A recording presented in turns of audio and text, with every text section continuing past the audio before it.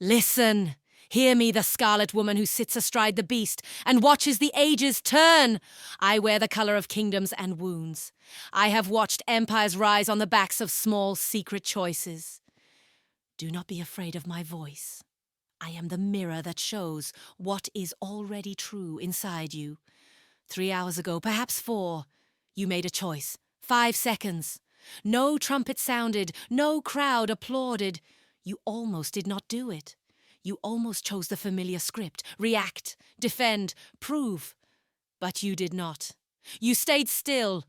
You let the old pattern die in silence. For a thing so small the heavens leaned and laughed.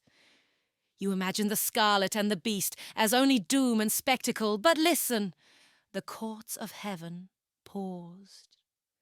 The angels turned their heads. God leaned forward and laughed.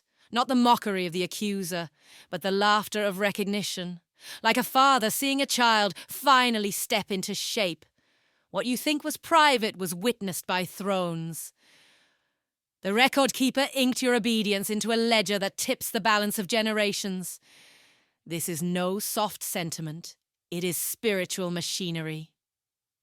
I know the script the dragon writes. I have seen chaptered wars. Chapter 12. The woman clothed with sun pursued by the dragon. Chapter 13. The beast rising from the sea and the false worship that seduces nations. Chapter 17. The Scarlet Woman enthroned, seductive and sovereign, a city of counterfeit glory, riding a beast with crowns like a mockery of kingship. And Chapter 22. A river and a promise, a new beginning. A restoration of what was intended. Your 5-second choice touched all of it. You interrupted a schedule of the enemy. You broke an algorithm. Hear this plainly. Angels were dispatched, not generalists, but sovereignly appointed messengers, vectors of provision, of protection, of revelation, given clearance because you proved faithful in the hidden room. Demons scrawled out plans predicated on your predictable reaction.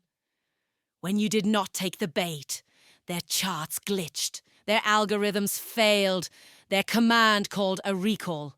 The beast's engines misfired. For 40 days, the enemy will not see you on his grid the way he once did. He recalculates in panic while heaven reassigns strength. 3 things happened the moment you chose differently. First, assignment. Angels pivoted, and new escorts took their stations around you like banners being raised. Second, recall. The trap timed for you was cancelled. Not tonight. Cancelled because you shifted the condition. Third, trajectory shift.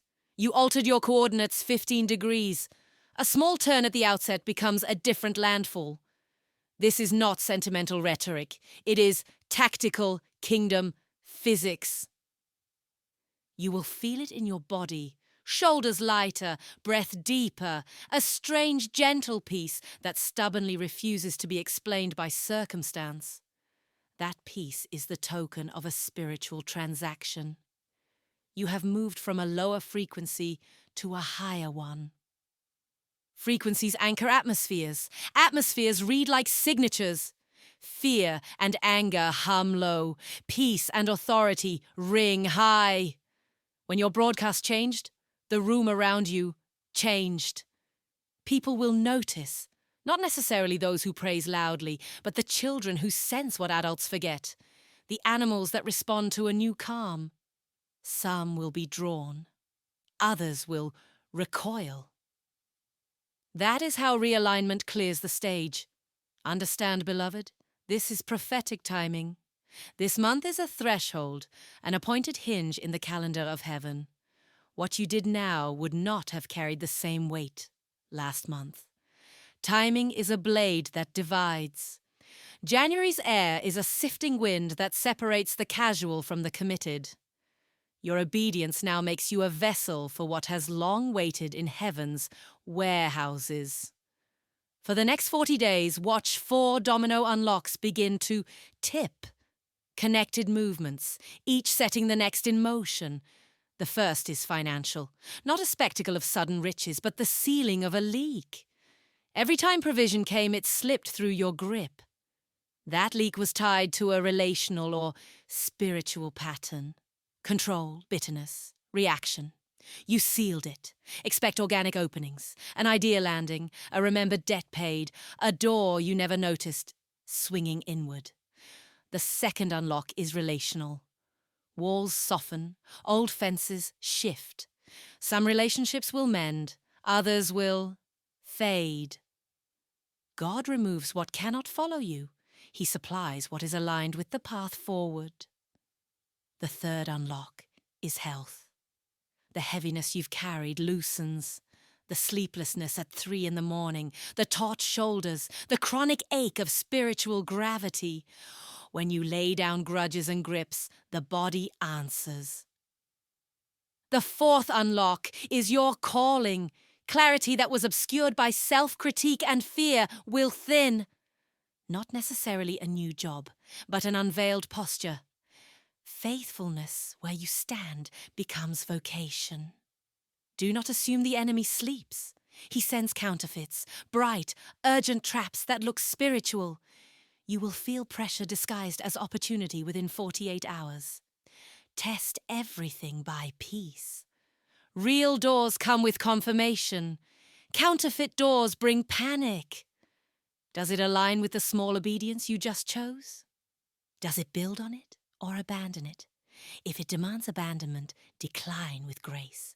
The beast loves spectacle. He cannot abide the slow, steady obedience that rewires timelines. Momentum is the law now. The first step costs the most. Repeat it, and inertia becomes ally. For 7 days, repeat the posture. Morning stillness, 60 seconds before the scroll, before the noise. Replay the choice, anchor the memory, remember the cost. Then when the next bait arrives, choose again. 7 small continuations build a current that carries you beyond the reach of old algorithms. By day 7, you will not need my voice. The Holy Spirit will be clear and the path obvious. Guard these days. Protect this window like a fortress, because the beast will try to wedge his false prophets through the breach. You were not made for aimless survival.